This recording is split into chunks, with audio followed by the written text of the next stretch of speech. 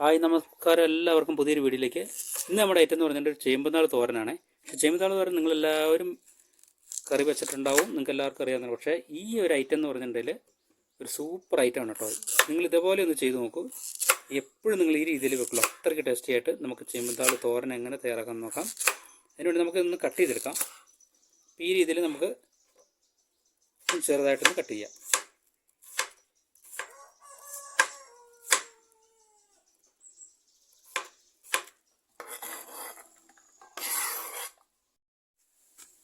ഞാനിവിടെ ഒരു 5 തണ്ട് ചേമ്പൻ താളാണ് എടുത്തിരിക്കുന്നത്.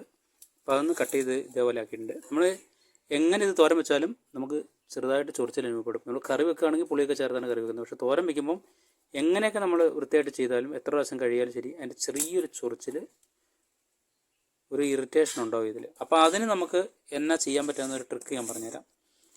നമുക്ക് ഈ അരിഞ്ഞു വെച്ചിരിക്കുന്ന ഇതിലേക്ക് ഒരു 1/4 ടീസ്പൂണ് ഉപ്പിട്ട് കൊടുക്കുക. ശേഷം ഇത് നന്നായിട്ട് തിരുമുക.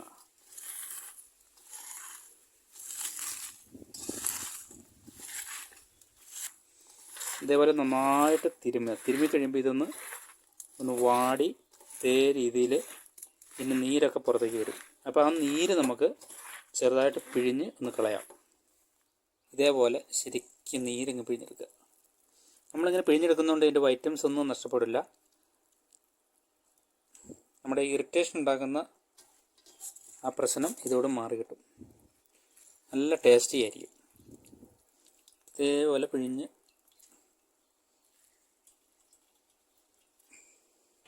ഏകദേശം ഒരു 1/2 ഗ്ലാസോളം നീര് ഇതിൻ്റെ അകത്ത് കിട്ടിയിട്ടുണ്ട്. ഈ നീര് നമുക്ക് ഒഴിവാക്കാം. ഇത് നന്നായിട്ടൊരു 3-4 പ്രാവശ്യം നന്നായിട്ടൊന്ന് കഴുകിയെടുക്കാം. 4-5 പ്രാവശ്യം നന്നായിട്ട് തിരുമ്മി കഴുകി എടുത്തിട്ടുണ്ട്. ഇതിൽ നമുക്ക് പ്രത്യേകിച്ച് ഉപ്പ് ചേർക്കേണ്ട കാര്യമില്ല. അപ്പോൾ ഈ നമ്മൾ ഉപ്പിട്ട് തിരുമ്മിയ കാരണം ഇതിൽ അത്യാവശ്യം ഉപ്പ് ഉണ്ട്. അതിന് നോക്കിയതിന് ശേഷം മാത്രം നമ്മൾ ഉപ്പ് ചേർത്താൽ മതി. ഇനി നമുക്കിത് തയ്യാറാക്കാം. നമുക്കൊരു പാത്രം അടുപ്പിലേക്ക് വെക്കാം. നമുക്കിതിലേക്ക് 1 ടേബിൾ സ്പൂൺ വെളിച്ചെണ്ണ ഒഴിച്ച് കൊടുക്കാം. നമുക്കിതിലേക്ക് കുറച്ച് കടുകിട്ട് പൊട്ടിക്കാം. കടുക് നന്നായിട്ട് പൊട്ടി വരുമ്പോൾ നമുക്കിതിലേക്ക് നമ്മുടെ അരിഞ്ഞു വെച്ചിരിക്കുന്ന സവാള, ഒരു മുറി സവാളയാണ് നമ്മൾ അരിഞ്ഞു വെച്ചിരിക്കുന്നത്, ചെറുതായിട്ട് അരിഞ്ഞു വെച്ചിരിക്കുന്നത്. അതൊന്ന് ഇട്ട് വഴട്ടാം. കൂടെ നമ്മുടെ ഒരു 2 പച്ചമുളക് അരിഞ്ഞു വെച്ചിട്ടുണ്ട്, അതും കൂടെ ഒന്ന് വഴട്ടാം. 2 കതിർപ്പ് കറിവേപ്പില ഇട്ട് കൊടുക്കാം. ഇതെല്ലാം കൂടെ നന്നായിട്ടൊന്ന് വാടി വരട്ടെ. ഇത് വാടി വരുമ്പോൾ നമ്മൾ 1 കപ്പ് തേങ്ങ ചിരവി വെച്ചിട്ടുണ്ട്, അത് നമുക്കിതിലേക്ക് ഇട്ട് കൊടുക്കാം. ഇതുകൂടെ ഒന്ന് വഴറ്റിയെടുക്കാം.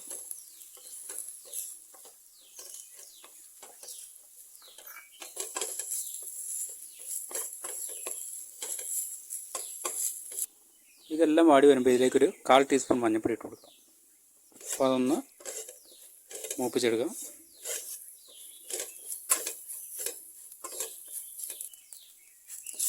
ഇതെല്ലാം നന്നായിട്ട് മൂപ്പായി വന്നിട്ടുണ്ട്. ഇതിലേക്ക് നമ്മുടെ താള് ഇട്ട് കൊടുക്കാം. ശേഷം നന്നായിട്ട് മിക്സ് ചെയ്യുക.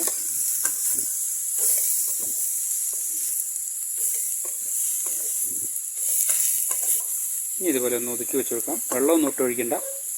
നമുക്ക് ലോ ഫ്ലെയിമിൽ ഒരു 5 മിനിറ്റ് ഇങ്ങനെ ഇരിക്കട്ടെ.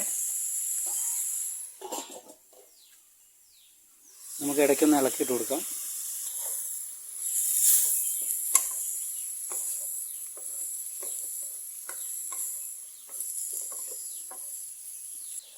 വീണ്ടും കുറച്ച് സമയം കൂടി ഇരിക്കട്ടെ.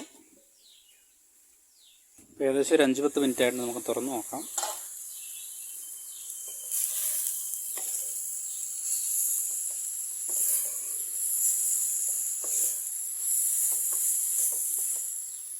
നമ്മുടെ താളൊക്കെ നന്നായിട്ട് വേവായി കുക്കായി വന്നിട്ടുണ്ട്. ഇനി നമുക്ക് ഒരു 1/4 ടീസ്പൂൺ കുരുമുളക് പൊടി ഇട്ട് കൊടുക്കാം.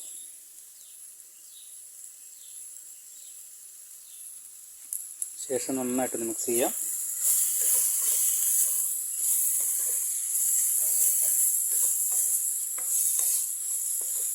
ഉപ്പിട്ട് തിരുമ്മിയാൽ നമുക്ക് ഉപ്പ് ഒരുപാട് ഇടേണ്ട കാര്യമില്ല. ഉപ്പില്ലെങ്കിൽ മാത്രം നോക്കിയിട്ട് ശേഷം അല്പം ഉപ്പിട്ട് കൊടുക്കാം. ശേഷം നന്നായിട്ട് മിക്സ് ചെയ്യാം.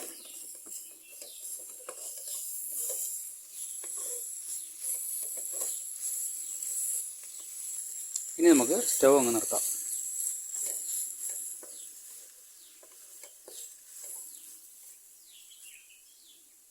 ഇനി ഇത് നമുക്ക് ഒരു പാത്രത്തിലേക്ക് മാറ്റാം.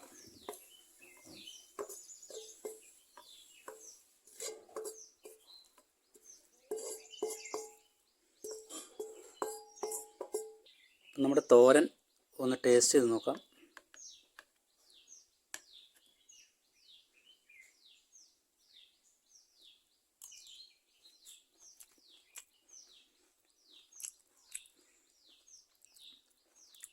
ഒരു ലെവലേശം പോലും ചൊറിച്ചിലില്ല കേട്ടോ. എന്താ ടേസ്റ്റ് എന്നാണ്, ടേസ്റ്റ് പറയാതിരിക്കാൻ പറ്റില്ല. നമ്മളെ കുരുമുളക് പൊടിയൊക്കെ ഇട്ട് കാരണം ഒരു ശകലം പോലും നമുക്കൊരു ഇറിറ്റേഷൻ, നമ്മുടെ നാവിനൊക്കെ ഒരു ചൊറിച്ചിൽ പോലെയൊക്കെ ഉണ്ടാവും. സാധാരണ താള് എങ്ങനെ നമ്മൾ തോരൻ വെച്ചാലും ഒരു ലേശം പോലും ചൊറിച്ചില്ല കേട്ടോ.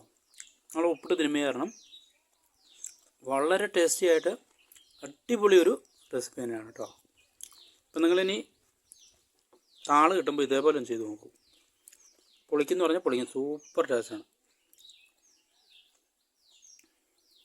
അപ്പോൾ ഇതേപോലുള്ള നല്ലൊരു വ്യത്യസ്തമായിട്ടുള്ള റെസിപ്പിയായിട്ട് അടുത്തൊരു വീഡിയോയിൽ കാണുന്നവരെ എല്ലാവർക്കും നന്ദി.